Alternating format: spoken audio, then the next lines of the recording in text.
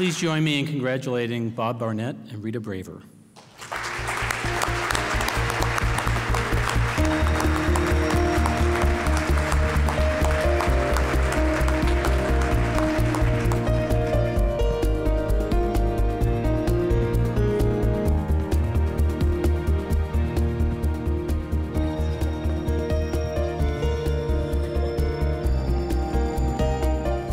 I'm here from the Lincoln administration. It is truly a great honor to be here and to receive this award with Mr. Weiss and Haynes and Catherine and Rita.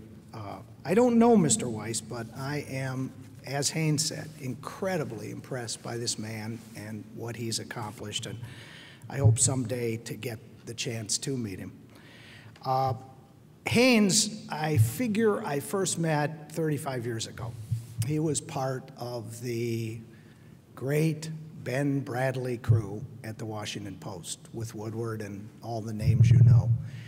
And he is known in Washington, in the country, and around the world as a man of integrity, fairness, objectivity, creativity. And you don't use this word lightly, but he truly is a journalistic icon. His books stand as a chronicle of American history. I don't have many regrets in life, but one of my regrets is that I've never gotten to represent Haynes. But I figure I'll make my pitch tonight. And since I think he's got about 8 books in him, I'm hoping for a break, Haynes.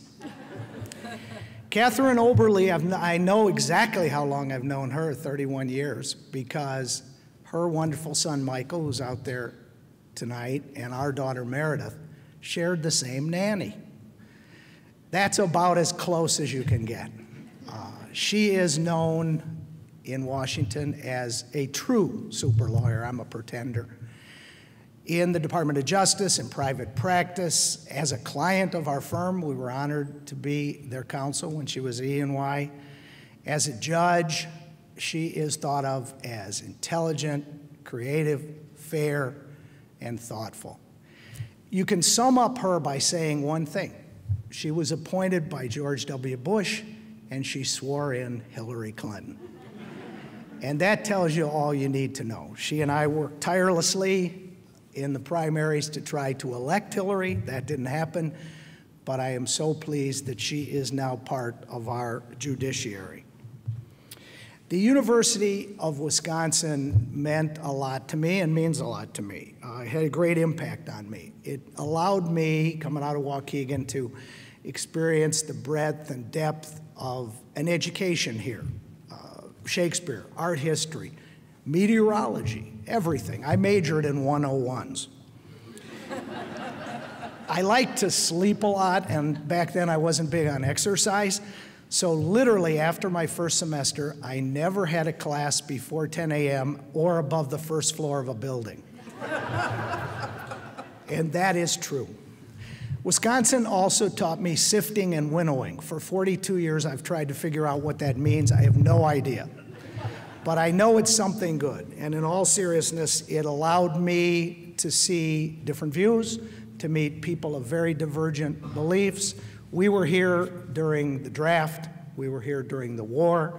We were here during tear gas, the blowing up of the building, and walking up Baskin Hill and seeing those thousands of crosses that were erected that one amazing morning.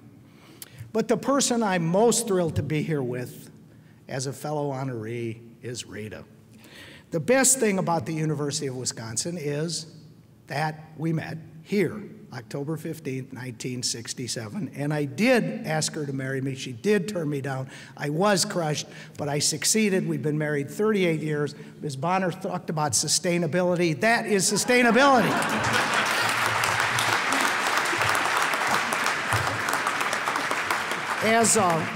As a producer, law correspondent, White House correspondent, now on CBS Sunday Morning, I'm biased, but I think she's one of the finest journalists, television or otherwise, that this country has produced.